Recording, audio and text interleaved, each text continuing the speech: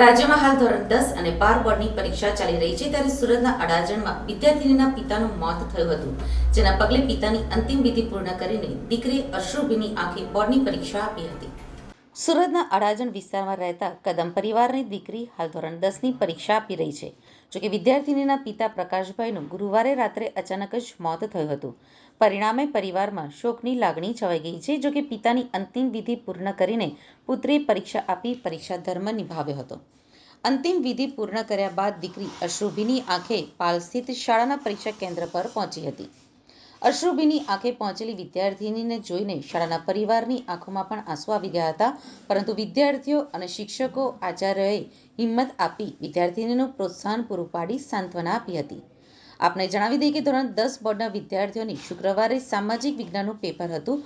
પરીક્ષા આપ્યા બાદ વિદ્યાર્થીઓના ચહેરા ઉપર ખુશી જોવા મળી હતી.